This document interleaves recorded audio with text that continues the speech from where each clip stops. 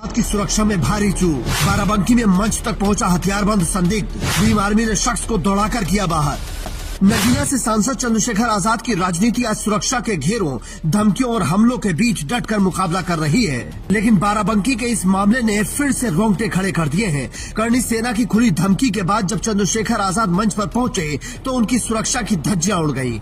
एक संदिग्ध शख्स कमर में पिस्टल खोसे सीधे मंच तक जा पहुंचा। ये तब हुआ जब पुलिस का पहरा सख्त था। गनीमत रही कि वक्त रहते उसे दबोच लिया गया। लेकिन आप एक बार कल्पना कीजिए, अगर वो शख्स चंद्रशेखर आजाद तक पहुंच जाता तो क्या हो सकता था। सोचिए, एक सांसद के सुरक्षा घेरे को तोड़कर एक संदिग्ध हथियार के साथ मंच पर खड़ा हो जाता है। क्या ये खुफिया तंत्र की नाकामी नहीं है? क्या ये प्रशासन की लापरवाही है या किसी बड़ी साजिश का हिस्सा?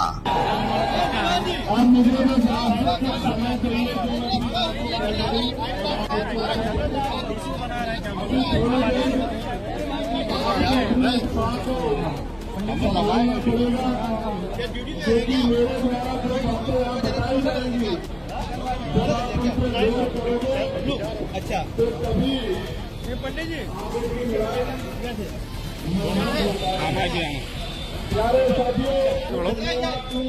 रोक दिया गया है, प्रशासन के द्वारा रोक दिया गया है। का दावा है कि उन्होंने यहाँ पर ड्यूटी पर थे, ऑन ड्यूटी पर थे। क्या नाम है? क्या नाम था? इस घटना से ठीक पहले बाराबंकी की रैली में एक और ऐसा मामला देखने को मिला जो सुरक्षा और प्रशासन पर सवाल खड़े कर रहा है। चंद्रशेखर बाराबंकी में जनसभा को संबोधित करने जा रहे थे। समर्थकों का हुजूम था, नारेबाजी हो रही थी। इससे पहले बाराबंकी जाने के समय में उनके काफिले पर पत्थरों से हमला हुआ। इस हमले के बाद चंद्रशेखर आजाद के तेवर और सख्त नजर आए। उन्होंने रैली में साफ कहा, बहुजन समाज के लोगों को अब राजपाट हासिल करना है। पहले युद्ध तलवारों से होते थे, लेकिन अब लोकतंत्र में बटन दबाकर चोट की जाती है। मेरे सोए हुए लोगों को जगाने का काम किया और बहुजन समाज के लोगों में भाईचारा पैदा करने का काम किया। मैं इसके लिए उस भाई का धन्यवाद देता हूं और उसको मैं ये बताना चाहता हूं, उसको भी, उसके आका को भी, कि याद रखना, मेरा नाम एडवोकेट चंद्रशेखर आजाद है। मैं किसी का कर्ज उधार नहीं छोड़ता। राजकाज बनने दो, सूद समेत अगर कर्ज नहीं उतारा तो मेरा नाम चंद्रशेखर आजाद नहीं जाता। प्यारे साथियों, मैं इसलिए नहीं कहना चाहता उन लोगों पे कुछ भी, क्योंकि वो एक सोची समझी साजिश से काम कर रहे हैं। उनको पता आजाद समाज पार्टी ताकत बना रही है और वो ये भी जानते हैं कि चंद्रशेखर आजाद और तमाम साथी आजाद समाज पार्टी के मरने मिटने को तैयार हैं, लेकिन बहुजन समाज के अधिकारों को छीनने नहीं देंगे। इसलिए वो जानबूझ के हमारे। ये पहली बार नहीं है जब चंद्रशेखर आजाद को इस तरह से टारगेट किया गया है। जून 2023 का वो मंजर कोई नहीं भूला जब देवबंद में चंद्रशेखर आजाद की गाड़ी पर ताबड़तोड़ गोलियां बरसाई गईं।